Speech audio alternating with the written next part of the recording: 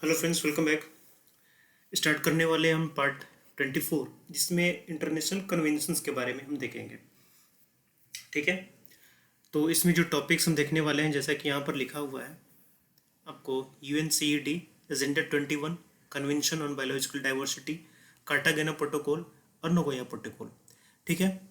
तो ये जो कार्टागेना प्रोटोकॉल है और नगोया प्रोटोकॉल है, ये दोनों का दोनों बायोलॉजिकल डाइवर्सिटी से ही रिलेटेड है। ठीक है। तो उसी का आप सब पार्ट कह सकते हैं। चलिए, यहाँ पर कुछ पहले क्लासिफिकेशन देख लेते हैं कि कौन कौन से जो कन्वेंशन हैं वो किस थीम से रिलेटेड है। तो यहाँ पर देखिएगा कि नेचर कंजर्वेशन से रिलेटेड कुछ यहाँ पर आपको कन्वेंशन देखने को मिलेंगे, जैसे कि UNCED यानी कि United nation conference on environment and development, biological diversity पर convention, Ramsar convention on wetland. Okay. Now CITES यानी convention on international trade in endangered species of fauna and flora, traffic, the wildlife trade monitoring network, CMS, convention on the conservation of migratory species, CAWTA, coalition against wildlife trafficking, ITTC, International Tropical Timber Organization, United Nations Forum on Forest, UNFF, International Union for Conservation on Nature and Natural Resources, IUCN, and GTF, global tiger forum. तो ये nature conservation से related कुछ convention हैं। इसके बाद hazardous material से related कुछ convention हैं, Stockholm convention, Basel convention, Rotterdam and Minamata convention. Land से रिलेटेड UNCCT, जो डिजर्टिफिकेशन के को रोकने के लिए लाया गया था। मैरीन इन्वायरमेंट, जिसमें इंटरनेशनल वेलिंग कमीशन, उसके बाद SOLAS, international convention for the safety of life at sea and UNCLOS. ठीक है। नाउ एटमोस्फेयर से related Vienna convention, Montreal, UNFCCC and Kyoto protocol. इन दोनों को हम पढ़ चुके हैं पहले। UNFCCC और क्योटो प्रोटोकॉल को हम अच्छे तरीके से पढ़ चुके हैं। खैर, अब हम स्टार्ट करने वाले हैं यहाँ से, यानी कि नेचर कंजर्वेशन में। और आज हम देखेंगे दो टॉपिक, UNCED और CBD यानी कि बायोलॉजिकल डाइवर्सिटी के बारे में। चलिए, तो फिर स्टार्ट करते हैं। First topic, United nation conference on environment and development. तो इसी कॉन्फ्रेंस के अंडर में जो मीटिंग हुई थी 1992 में, जिसको हम अर्थ समिट के नाम से जानते हैं, या फिर जिसको रियो समिट या फिर रियो कॉन्फ्रेंस के नाम से भी जाना जाता है, जो रियो डी जेनेरियो ब्राज़ील में हुआ था। ठीक है। तो मेनली इस कॉन्फ्रेंस में जो इशूज आपको टैकल करने की कोशिश की गई, इशू को सॉल्व करने की कोशिश की गई थी, वो कुछ इस प्रकार है। पहली चीज तो systematic scrutiny of pattern of production. ठीक है। The particularly the production of toxic components. Toxic components जैसे कि लीड हो गया, आर्सेनिक हो गया, जिंक हो गया, जो पॉइजनस वेस्टेज होते हैं, रेडियो एक्टिव केमिकल से निकलते हैं। तो इन टॉक्सिक कंपोनेंट्स का जो प्रोडक्शन है, उसको किस तरीके से कम किया जा सके, इससे रिलेटेड यहाँ पर मैटर में डिस्कशन हुई। साथ ही साथ जो फॉसिल फ्यूल्स के बर्न होने की वजह से जो ग्रीन हाउस गैसेस की प्रॉब्लम आजकल चल रही है, इसको किस तरीके से दूर किया जाए, इसके लिए अल्टरनेट सोर्स ऑफ एनर्जी लाया जाए, ताकि रिन्यूएबल एनर्जी रिसोर्सेज यहाँ पे लाया जाए। इसके अलावा पब्लिक ट्रांसपोर्टेशन सिस्टम को लाया जाए, जैसे कि दिल्ली मेट्रो है, BRTS है, ताकि व्हीकल कंजेशन और जो प्राइवेट व्हीकल की वजह से ज़्यादा कंजेशन हो जाती है और इमिशंस ज़्यादा बढ़ जाते हैं, इसको रोका जा सके। साथ ही साथ वाटर सप्लाई, डिमांड वाटर की दिन दिन पर दिन बढ़ते जा रही है, लेकिन सप्लाई क्या है, सप्लाई की स्थिति है कि दिन पर दिन कम होते जा रही है। तो इस चीज़ को कैसे रोका जाए, डिमांड को हम कैसे कम करें, क्योंकि जितना वाटर है वो तो रहना ही है, उससे ज़्यादा बढ़ना नहीं है, लेकिन डिमांड को हमें यहाँ पर टैकल करना होगा, रोकना होगा, तभी हम ये जो मिसमैच हो रहा है डिमांड और सप्लाई के बीच में, इसको सही कर सकते हैं। ठीक है। Now important achievement of the summit. ये जो समिट हुआ 1992 में, conference of environment and development, इसमें कुछ डॉक्यूमेंट्स निकल के आते हैं, कुछ आउटकम्स निकल के आते हैं। First one document, Rio declaration on environment and development, agenda 21, forest principles और कुछ लीगल बाइंडिंग डॉक्यूमेंट जैसे कि convention on biological diversity and UNF triple C. देखिए यूएनएफ ट्रिपल सी बेसिकली ये कोई बाइंडिंग डॉक्यूमेंट नहीं था, लेकिन इसके अंडर में जो क्योटो प्रोटोकॉल लाया गया वो बाइंडिंग था, और वो भी सब पर बाइंडिंग नहीं था, वो भी जो डेवलप्ड कंट्रीज हैं, ठीक है, जो इंडस्ट्रियलाइज कंट्रीज हैं ये उन्हीं पर बाइंडिंग था। जो डेवलपिंग कंट्रीज हैं ये, या फिर जो लिस्ट डेवलपिंग कंट्री है, उन पर ये बाइंडिंग नहीं था, ठीक है। नेक्स्ट इसके बारे में हम पढ़ चुके हैं पहले।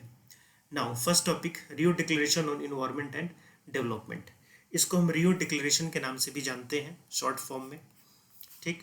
अगेन ये 1992 में जो समिट हुआ तो वहाँ पर लाया गया था। यहाँ पर आपको 27 प्रिंसिपल्स बताए गए थे, 27 मेजर्स बताए गए थे कि किस तरीके से सस्टेनेबल डेवलपमेंट को अचीव किया जा सकता है, सस्टेनेबल डेवलपमेंट लाया जा सकता है। तो वहाँ पर ये 27 प्रिंसिपल बताए गए थे। अब उन प्रिंसिपल को याद रखना जरूरी नहीं है, ठीक है। नाउ एजेंडा 21 का मतलब क्या है? 21 का मतलब है 21st सेंचुरी, ठीक है। 21st सेंचुरी, 21 का मतलब नहीं है कि वहाँ पर कुछ 21 मेजर्स बताए गए, 21 पॉइंट्स बताए गए, ऐसा कुछ नहीं है। 21st सेंचुरी है। सेम चीज़ है सस्टेनेबल डेवलपमेंट, कैसे 21वीं शताब्दी में 21st सेंचुरी में किस तरीके से सस्टेनेबल डेवलपमेंट किया जाए, इसको फ्रेम किया जा सके, ये सारी बातें आपको एजेंडा 21 में की गई थी।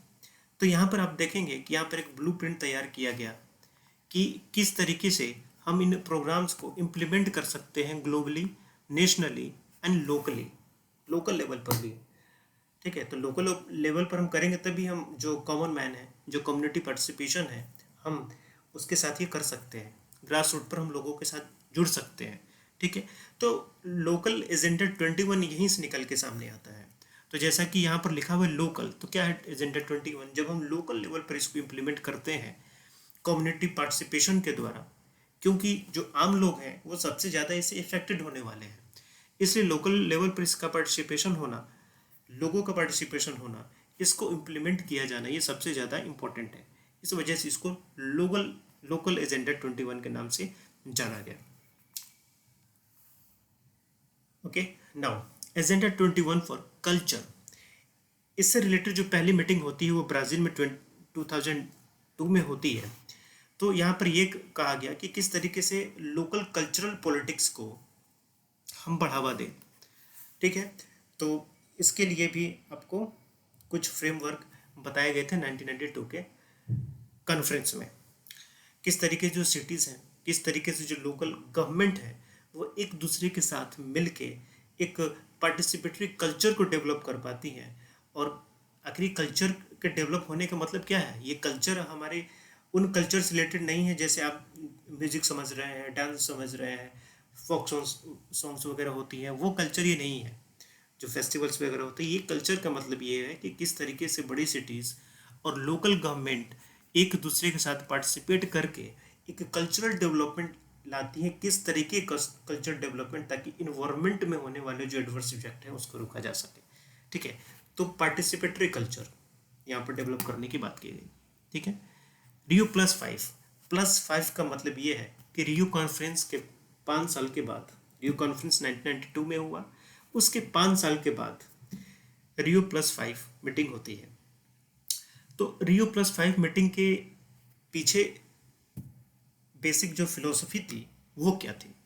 वो ये थी, ये देखना कि हमने जो एजेंडा 21 एक्सेप्ट किया था, इसके अंडर हमने जो भी पॉइंट्स की बातें की थी, इसका 5 साल बाद इम्प्लीमेंटेशन किस तरीके से हुआ है, इसका आउटकम क्या रहा है इनको इम्प्लीमेंट करने की वजह से। यानी कि मेनली यह बात कहें कि ये जो रियो +5 जो था ये एक असेसमेंट कॉन्फ्रेंस था कि अभी 5 सालों में हमने कितना प्रोग्रेस किया है क्लाइमेट चेंज को रोकने के लिए, ठीक है।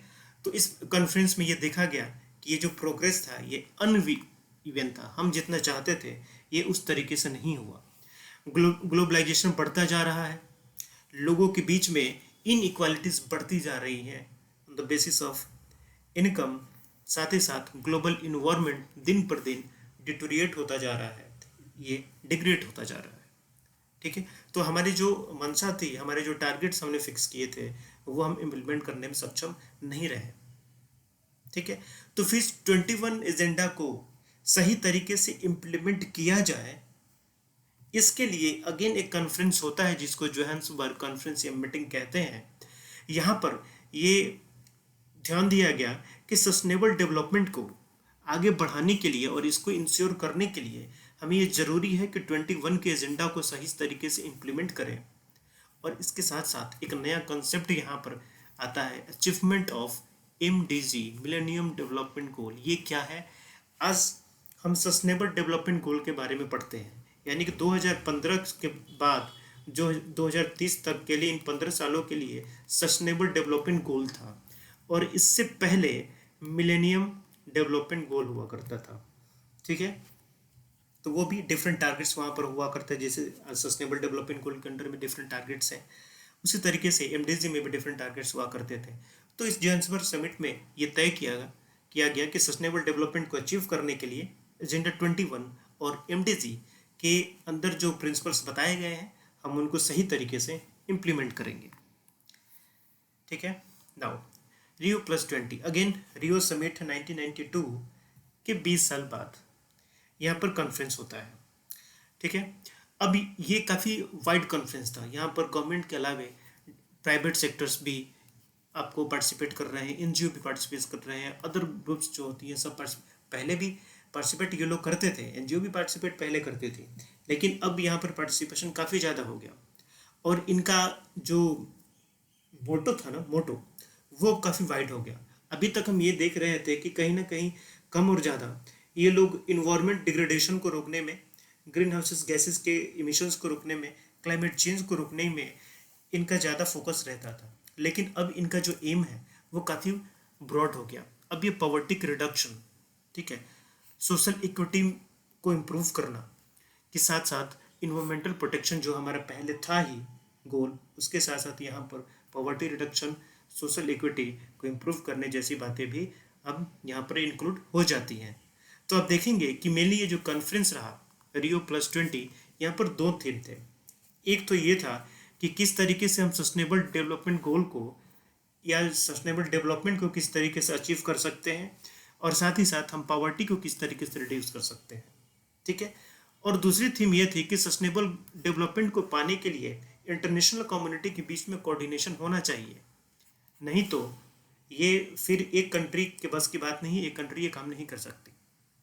ठीक है, तो इस फ्यूचर सस्टेनेबल डेवलपमेंट गोल को अचीव करने के लिए यहाँ पर ये बताया गया कि कम से कम हमें लगभग $513 बिलियन से भी ज़्यादा पैसे की ज़रूरत है, तभी हम इस सस्टेनेबल गोल को फ्यूचर में हम अचीव कर पाएंगे। ठीक है, तो मेनली ऑब्जेक्टिव्स क्या था यहाँ पर? ऑब्जेक्टिव यही हुआ कि सस्टेनेबल डेवलपमेंट को हमें अचीव करना है, इसके लिए यहाँ पर कमिटमेंट दी गई। खैर वैसे तो कमिटमेंट हमेशा दी जाती थी, तो यहाँ पर भी वही बात हुई, कुछ नया नहीं हुआ।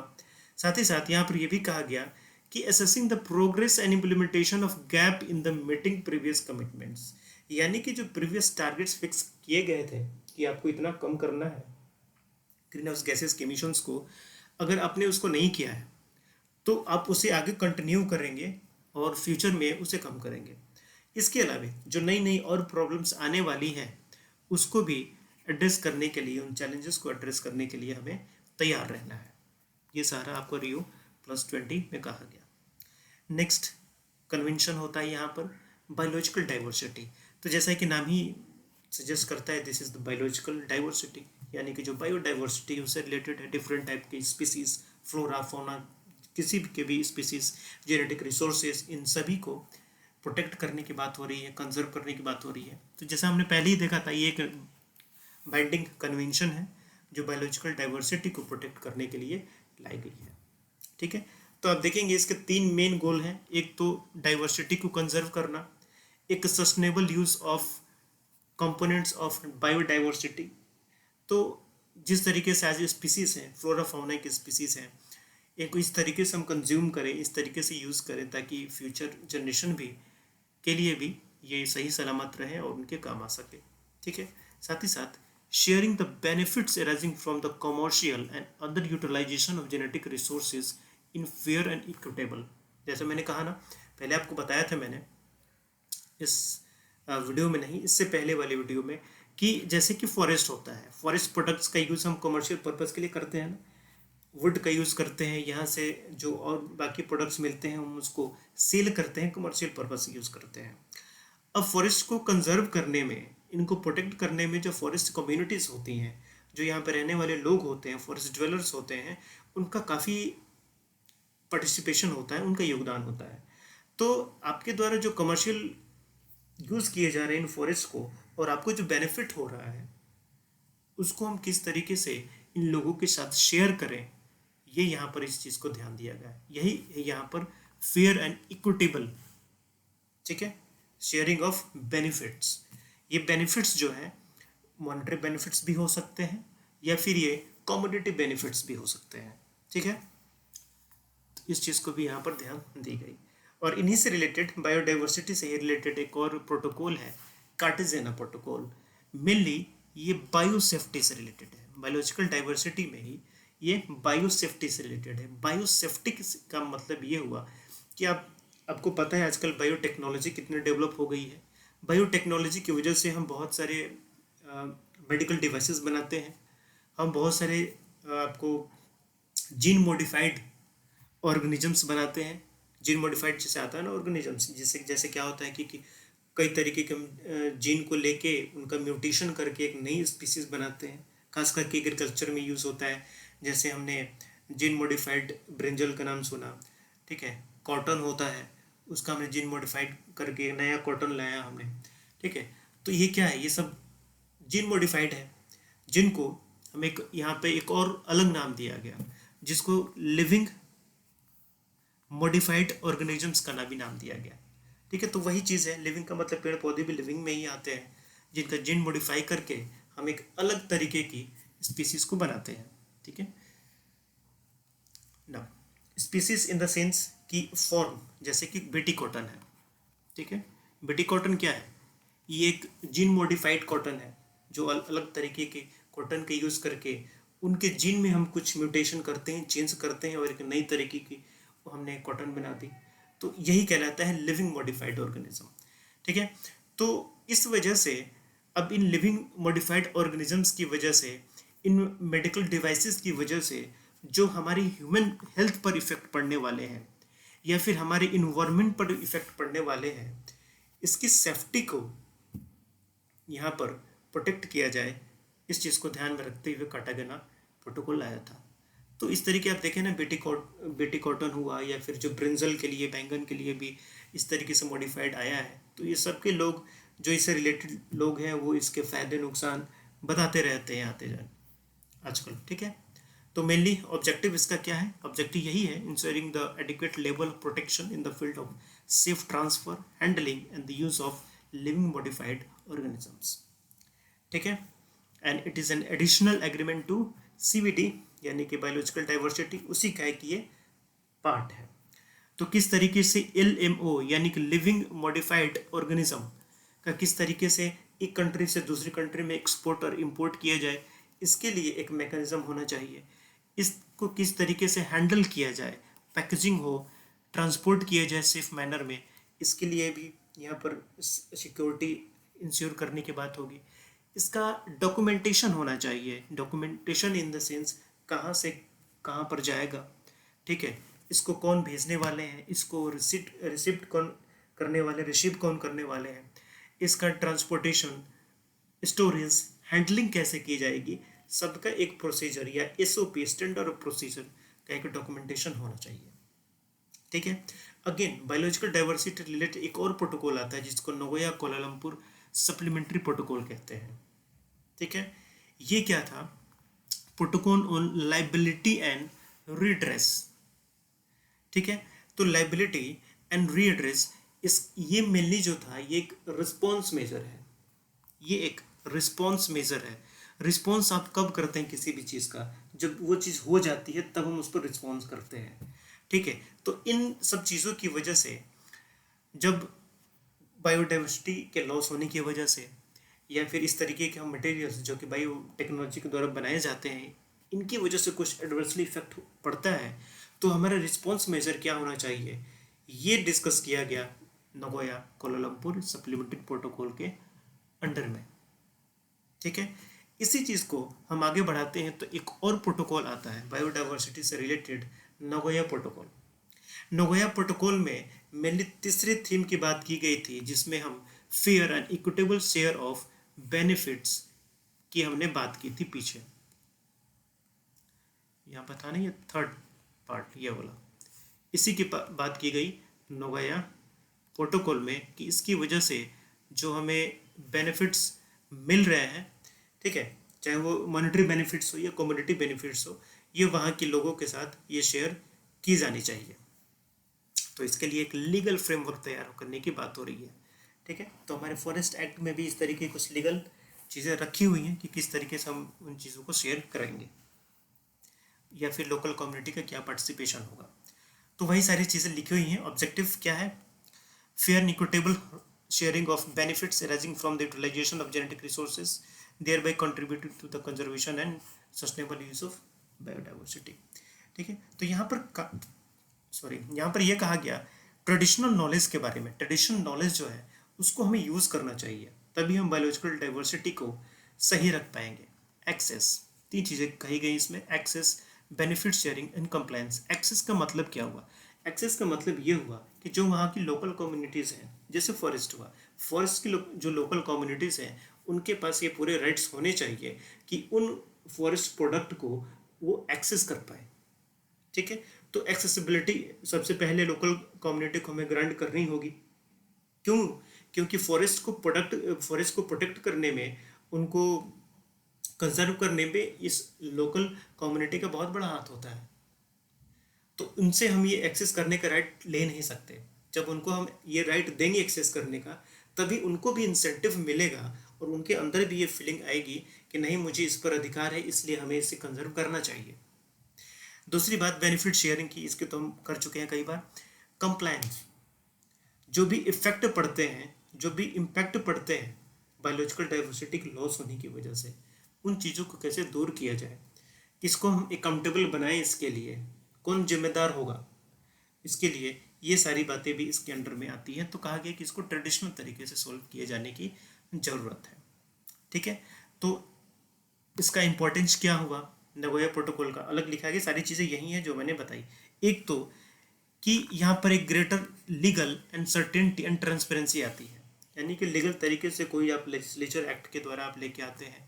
ट्रांसपेरेंसी आती है कि आपने जो जो चीज़ें प्रोवाइड की हैं अपने एक्ट में, क्योंकि उसको लीगल फॉर्म आपने दिया हुआ है, तो ये ज़्यादा अकाउंटेबल हो सकती है, ट्रांसपेरेंसी आ सकती है। लोकल कम्युनिटी के साथ बेनिफिट शेयरिंग भी आ सकती है, ठीक है।